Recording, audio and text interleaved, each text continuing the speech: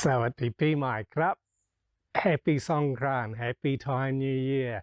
Thailand has celebrated again the wonderful Song Khran festival, and if you've visited Thailand during this time of the year, you'll probably know it as the world's biggest water fight, which is a more modern part of the celebrations. But out here in the farming rural community that we live in, and the older people particularly, will focus more on the traditional ways of Song Khran than the partying.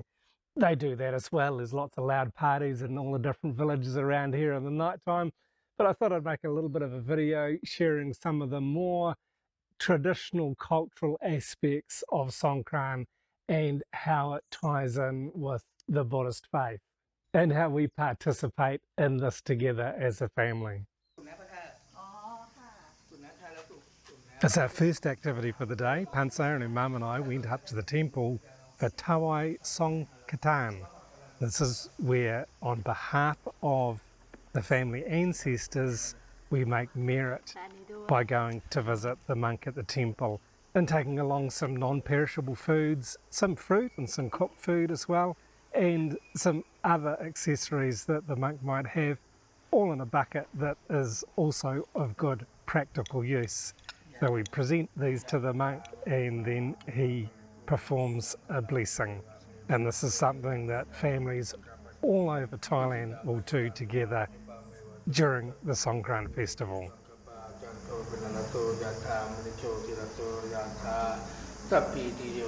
And then once back at home, we went up to the small room where Pansa keeps her Buddha images for Song Nam Prat. In this part of the day, the Buddha image and the photos of the ancestors are blessed with some special nice smelling water that's got flowers and other things in it to make it smell nice, and there's prayers offered for the year ahead.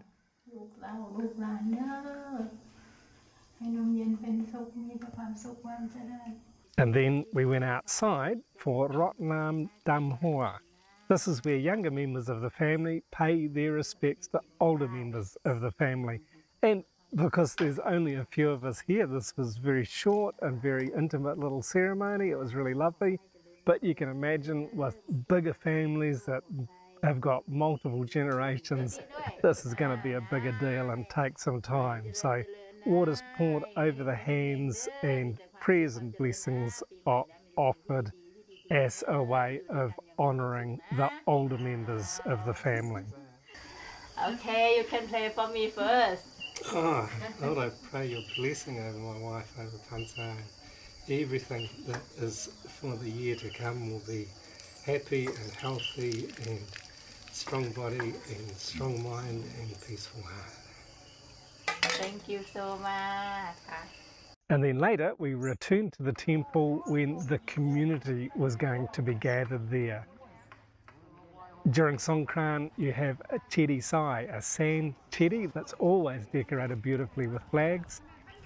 And this is Kunsai Kawat. This is where people bring sand to the temple traditionally for helping in the temple construction. There's some deeper meaning to it too, but it's another small but really important part of the celebration of Song Khran. So if you've been in Thailand during Song Khran, you might have seen these decorated piles of sand and wonder what they're all about, but there you go. They're an integral part of the whole celebration of Song Khran. And then here, as the ladies were all lined up and they had little bowls of flowers and flower petals, and we didn't have any with us, so the ladies were sharing these with Pansa and her mum. And so they're lined up waiting for the parade of the most precious Buddha images that are kept at this temple, and they will sprinkle them with flower petals as the men carry them past in a procession to the temple. And then they're placed just outside the door and everybody goes in for community prayers for blessing into the temple. And then you might notice too that the ladies are picking the flowers up, and Pansa explained the reason for this is that they believe if they keep them at home, then these flower petals will help the Buddha protect them during times of storms. And in this area, at this time of the year, it's just the beginning of the rainy season, and we get some pretty good storms here. And then, as that part of the ceremony is finished, people will come out from the temple again and they will pour water over the Buddha statue images and over the bone of the Buddha, which is housed inside this special room. And this water has been brought down from a high point up in the mountain where the water is cleanest and purest. It hasn't been polluted at all. Somebody's made the journey up into the mountain to collect this pure water from the stream and brought it back down for the ceremony. And this is just a wonderful part of the hot season and the Song Khran festival in Thailand. It's the hottest time of the year, and so pouring cooling water over the Buddha statues just seems such a natural thing to do in the hot season.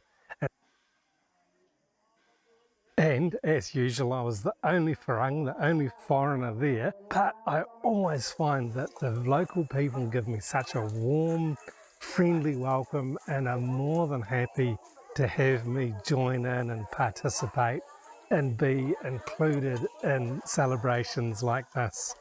Even though I'm not Buddhist, but I do honour the family and the tradition and the culture at special times like this, and it always feels so warmly welcome. It's just a beautiful part of life here, and one of the main reasons I love living in rural northern Thailand is to join with the community at times like this. And then I noticed that there was a group of some of the older ladies particularly that were pouring water over one of the monks, and Pansa said this is called Rot Nam Dam Hua Prat. And so this is also bringing blessing and a good feeling of a relaxing time to the monk. But I noticed he was sitting in the shade and he was telling people how cold it was, all in a very good-natured manner. There you go, there's a little bit of a look at what Song Khran is like in a rural village in northern Thailand. I hope you've enjoyed it. If you'd like to see more about our lifestyle here in northern Thailand, please check out this video next. Thank you very much for watching.